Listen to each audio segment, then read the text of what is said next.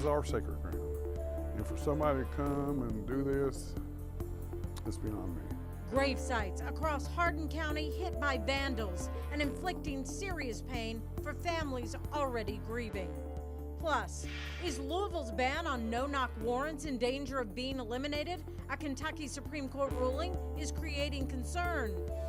A plane veers off the runway in western Kentucky, crashing into a house. We'll show you the damage. And Louder Than Life is packing in the metal fans at the fairgrounds. But with multiple events in the area, is the city ready for weekend traffic jams? The night team starts now.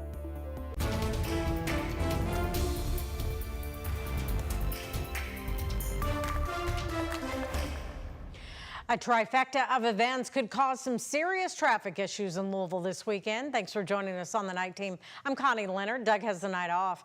The Cards have a game at L&N Stadium. Churchill Downs September meet will be underway, and the Louder Than Life Music Festival will rock on. With 3 large events, traffic is a concern. The night team's Jose Alonso and photojournalist Aspen Hester tell us how the city and tourists plan to navigate the congestion.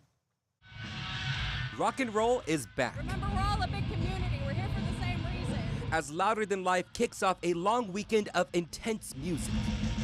And metalheads are choosing different ways to commute to the concerts. We rented a vehicle. We're going to park in the Cardinal parking and tough it out. Probably just Uber. That's probably going to make everything so much easier. But they may rethink their travel because Saturday the Cards will host a football game at L&N Stadium. And Churchill Downs will host its September meet all around the same afternoon that Louder Than Life starts back up. LMPD Chief Paul Humphrey says they anticipate more than 150,000 people to be traveling into central Louisville, all at the same time. And so one of the things that we've done is we've added several officers to the traffic detail, understanding that particularly on Saturday we are going to need everyone's patience and cooperation. The trifecta of events is expected to cause heavy traffic these concert goers didn't anticipate. Holy crap. Holy cow. Definitely Uber, because good luck trying to get anywhere around the city, and good luck finding a parking spot. Humphrey mentioned shuttle bus services are available from the Kentucky International Convention Center to the music festival. Round-trip single-day tickets are $25. It's an option this Eastern Kentucky couple took advantage of. We shopped for the shuttle pass to get back and forth here because we knew with the weather being good, parking was going to maybe be a little terrible. U of L shared this map showing which lots football fans will have access to, but say after 6 o'clock, the purple lot will be available to concert goers. Churchill Downs is encouraging guests to take the Taylor Boulevard exit off the Watterson and find free parking in several lots. This is my vacation of the year, so I'm willing to do what I gotta do to get here. No matter the challenges, people will do what it takes to have fun. In central Louisville, Jose Alonso, WHAS11 Night Team on your side. And with the busy weekend almost here, today Louisville Mayor Craig Greenberg advises any guests on Saturday to plan ahead because of the traffic risks. So we want people to take precaution, to plan ahead, because we know there's going to be traffic given what that has. Now that's a good problem, but we want to make it as easy and seamless and smooth and fast as possible. Unfortunately, waiting in traffic is going to happen, but LMPD says they hope those extra officers we told you about will assist with traffic flow and congestion. And if you're headed out to Louder Than Life and plan to take the shuttle from downtown, we've got a link to purchase passes on our website. Just look for it under the links mentioned during newscast story on the WHAS11 homepage. Tonight, a shocking scene outside of Paducah, Kentucky. An airplane crashed into a house this afternoon. Just before 4 p.m., the plane failed to land on the runway, crashing through a fence, crossing State Highway 58, and then into a house. The Graves County Sheriff says dozens of first responders rushed to that scene. A woman was inside the house, but fortunately was not hurt. The small plane was headed from the St. Louis area to the Mayfield Airport. The pilot was the only one in the plane. He had no visible injuries. Law enforcement across Hardin County are investigating graveyard vandalism and thefts. Both the Hardin County Sheriff and Radcliffe Police are asking for the public's help on social media. As the night teams Clarice Shaley and photojournalist Levi Hammer tell us, the victims include a well-known family already suffering enormous heartache with the loss of their 2 children. In quiet spaces, there's worry. I wanted to make sure my mom's vase was still on her tombstone. Jamie Niederheiser checks on her mom's grave at Elizabethtown Memorial Gardens. Sadly, there has been vases and pictures stolen off the tombstones here recently. There's cause for concern. Other families have lost pieces of their headstones, like the Taylor family. They sadly made headlines when their daughter, Brianna, was killed by a drunk driver in 2014. And days later, their son, Bryce, died from an ATV accident. I feel like I've been robbed again. It's no different than a drunk driver.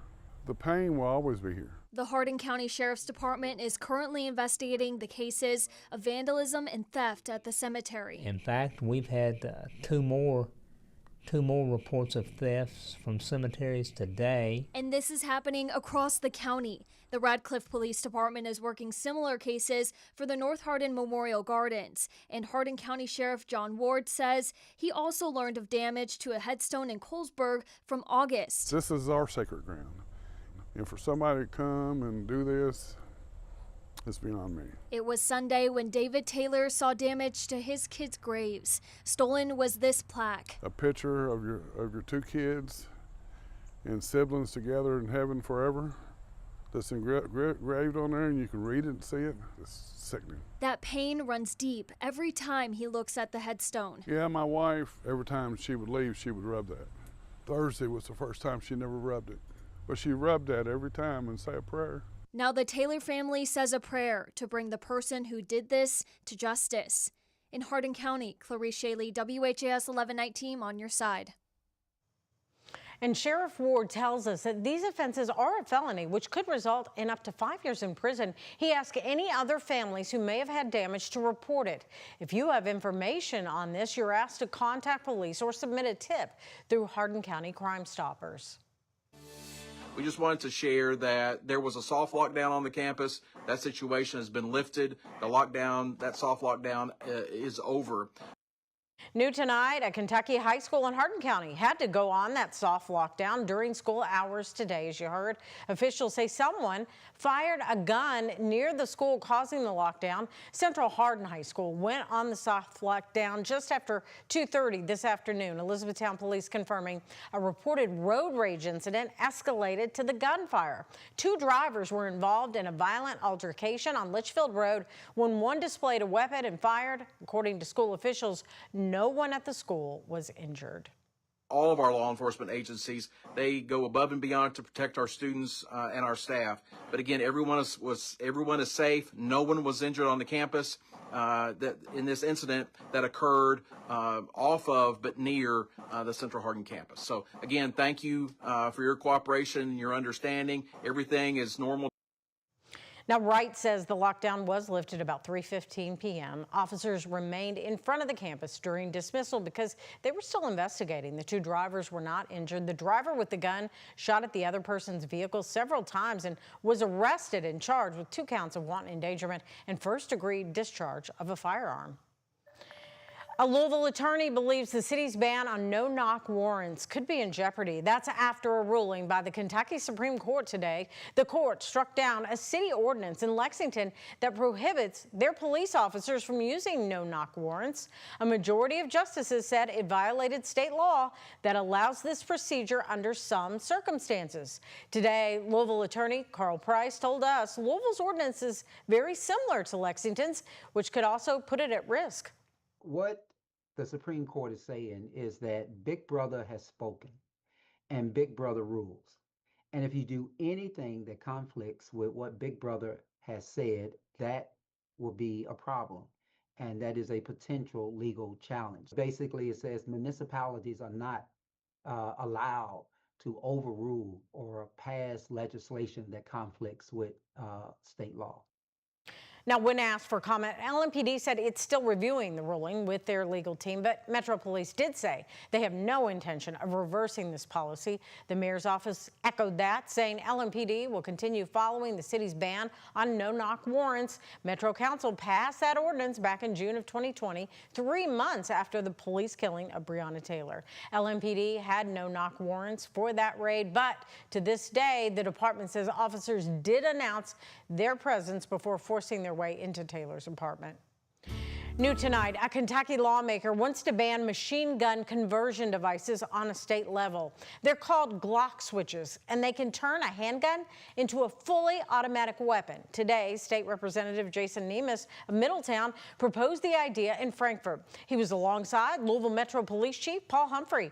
Humphrey explained how Glock switches are becoming a bigger threat both in the city and around the state.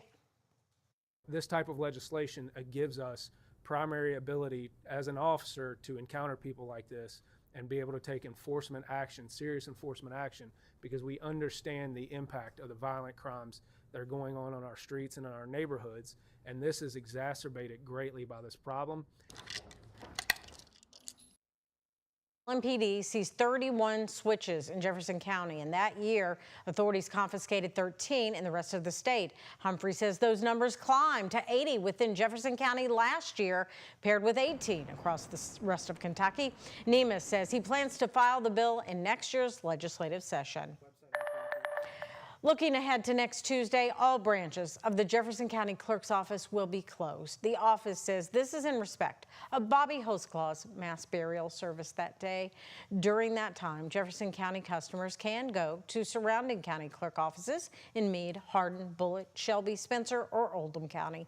Hostclaw passed away last Wednesday at the age of 81. She had served as county clerk since 1999. Vaccine recommendations for children are changing under RFK Jr., but many health leaders are crying foul. That story right after the break. And on average, Louisville sees 43 90-degree days per year. We are at 46 as of this afternoon. We could tack on a few additional days as we head through the weekend. We'll take a look at that warm 7-day forecast and when rain chances will return. That's coming up after the break. Today's Kentucky Live